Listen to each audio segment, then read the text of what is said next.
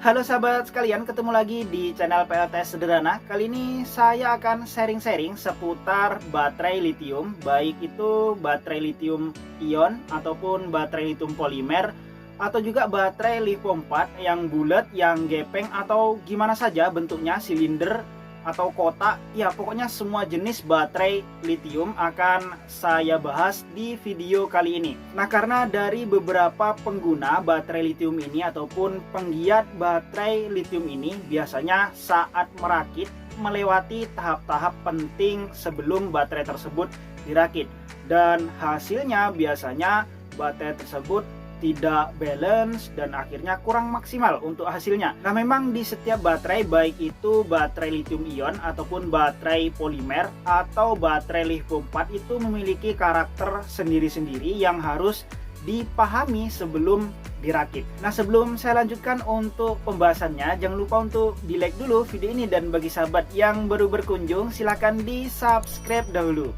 Oke sahabat, untuk merakit sebuah sistem baterai baik 3 seri ataupun 4 seri, baik itu baterai lithium ion, lithium polimer ataupun baterai lithium iron phosphate, yang perlu diperhatikan adalah keseimbangan dari sel-sel tersebut, baik seimbang untuk kapasitasnya juga untuk tegangannya. Nah, di sini saya sudah menyiapkan ada beberapa jenis baterai yang juga bentuknya bermacam-macam. Saya urutkan mulai dari yang paling sebelah sini sampai di sebelah sini.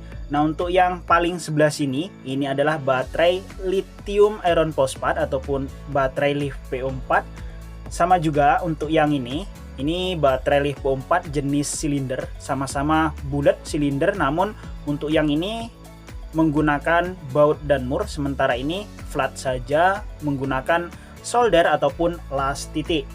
Nah, di sini ada baterai lithium polimer. Ini lithium polimer, ini lithium polimer, ini juga lithium polimer, dan ini lithium polimer juga. Yang seperti ini biasanya digunakan untuk perangkat elektronik kecil seperti headset ataupun alat-alat lainnya. Nah, seperti ini adalah baterai power ya, untuk kapasitasnya kecil namun ini C rate-nya tinggi, jadi heat drain. Kemudian untuk baterai yang seperti ini biasanya digunakan untuk HP, untuk laptop yang model-model sekarang. Nah, untuk yang ini biasanya digunakan pada tablet-tablet tertentu. Kemudian untuk yang paling sini ada 3 biji baterai. Ini adalah baterai lithium ion. Yang ini baterai lithium ion 18650 yang biasanya digunakan pada lampu emergency, speaker, dan beberapa perangkat lainnya. Kemudian untuk yang paling sini, ini adalah baterai HP Nokia. Ini juga baterai lithium ion. Ini dari ketiga baterai ini bahannya sama saja, tegangan kerjanya juga sama. Nah, dari sekian banyak baterai yang sudah saya tampilkan di sini, baterai ini terbagi menjadi 3 bagian. 3 sebelah sini, ini adalah baterai lithium ion. Kemudian untuk yang ini 4 biji ini adalah baterai lithium polimer, dan ini adalah baterai lithium 4. Memang ini tidak mewakili semuanya, namun setidaknya dari baterai yang ada di sini ini sudah biasa digunakan di sistem PLTS. Begitu juga untuk bentuk-bentuknya, ini enggak seperti ini semuanya. Untuk baterai lithium 4 itu ada yang prismatik, ada yang soft pack seperti ini.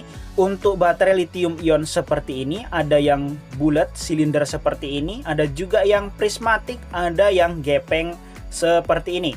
Nah, bentuknya itu beda-beda ya. Ada yang kadang sama-sama baterai seperti ini namun baterai lithium 4. Pokoknya jenis dari baterai ini sangat beragam. Nah, di sini yang perlu saya sampaikan bahwa dalam merakit di setiap baterai ini yang harus dipelajari dulu adalah karakter dari baterai tersebut. Untuk baterai lithium ion yang ini dan baterai lithium polimer yang ini karakternya mirip-mirip untuk tegangan kerjanya itu turun sesuai dengan kapasitasnya. Jadi nggak langsung loncat untuk tegangannya. Sementara untuk baterai lithium 4 yang seperti ini menurut saya karakternya cukup aneh. Jadi ketika tegangannya di atas 3,4 volt, mulai dari 3,45 sampai dengan 3,6 volt, itu untuk kapasitasnya sudah berada di 98% sampai dengan 100. Jadi jangan kaget ketika menggunakan baterai lithium 4 ini tiba-tiba tegangannya langsung drop, padahal sebelumnya penuh di 3,65, tiba-tiba langsung drop di 3,4 volt. Memang seperti itu untuk tegangan dari 3,65 sampai 3,4 volt itu kapasitasnya hanya sekitar 1-2% saja. Makanya setelah 1% itu dipakai langsung drop ke 3,4 volt. Bahkan biasanya akan bertahan di 3,3 volt sampai dengan di 3,1 volt.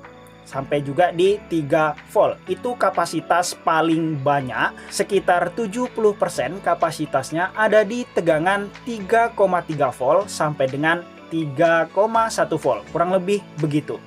Sementara untuk baterai lithium polimer dan juga baterai lithium ion, ini untuk kapasitasnya menurun sesuai dengan tegangannya. Jadi nggak ada loncakan grafik pada kedua baterai ini.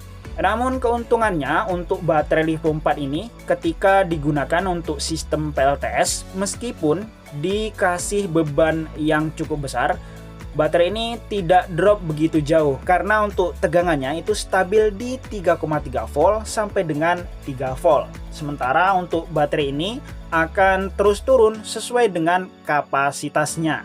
Nah, setelah tahu untuk karakter dari baterai yang akan dirakit, langkah selanjutnya sebelum merakit baterai ini perlu diketahui dulu.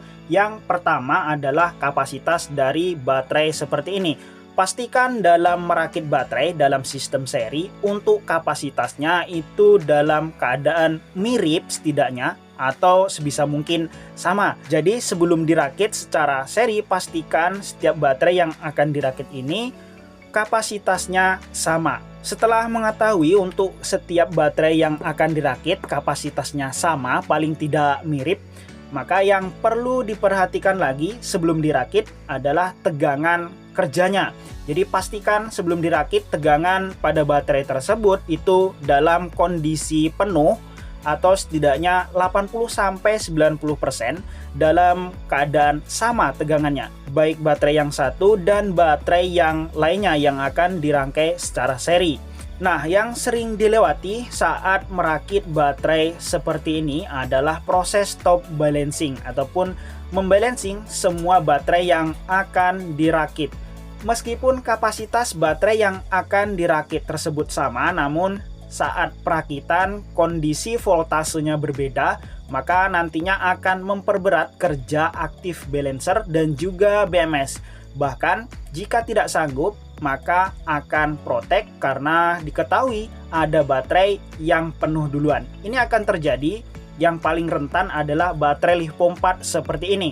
Karena biasanya untuk baterai lithium 4 itu setelah tegangannya mencapai 3,5 volt, maka akan cepat sekali naiknya ke 3,65 volt. Sementara tegangan yang lainnya masih di bawah.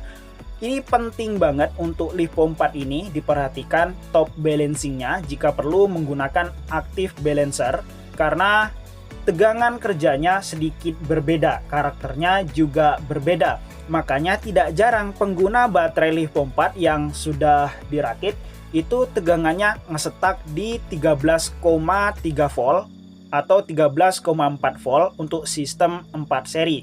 Nah, hal tersebut dikarenakan BMS memproteksi karena ada salah satu sel yang sudah penuh duluan. Oleh karena itu penting banget proses top balancing pada sebuah baterai ataupun mengecas penuh pada setiap baterai yang akan dirakit, baik baterai lithium 4 ataupun baterai lithium ion atau juga baterai lithium polimer seperti ini. Oke sahabat, saya rasa untuk sharing tentang baterai kali ini cukup sekian dulu ya. Jika masih ada yang belum sempat atau lupa saya bahas, sahabat bisa tanyakan langsung di kolom komentar. Atau mungkin sahabat ingin membeli produk yang seperti di video ini, link pembeliannya sudah saya sertakan di pin komentar dan juga di deskripsi video. Oh ya, saya sudah membuka toko sendiri, jadi kemungkinan beberapa waktu ke depan untuk barang-barang bekas review di channel ini akan saya jual semuanya. Dan tentunya harganya akan berbeda dengan yang ada beredar di pasaran, karena meskipun ini produk-produk baru, tentunya ini akan saya jual sedikit lebih murah. Jadi untuk saat ini tokonya itu masih kosong dan proses pengisian produk-produk, karena saya ini masih pemula ya untuk jualan di sosial media, itu masih cukup kebingungan. Pokoknya ditunggu saja untuk produk-produk yang akan saya jual, nantinya akan saya umumkan di tab komunitas. Oke, jadi jangan lupa untuk di follow toko saya agar ketika nanti produk ini sudah tampil, sahabat tidak perlu mencari-cari lagi. Oke sahabat, sampai jumpa lagi pada video berikutnya.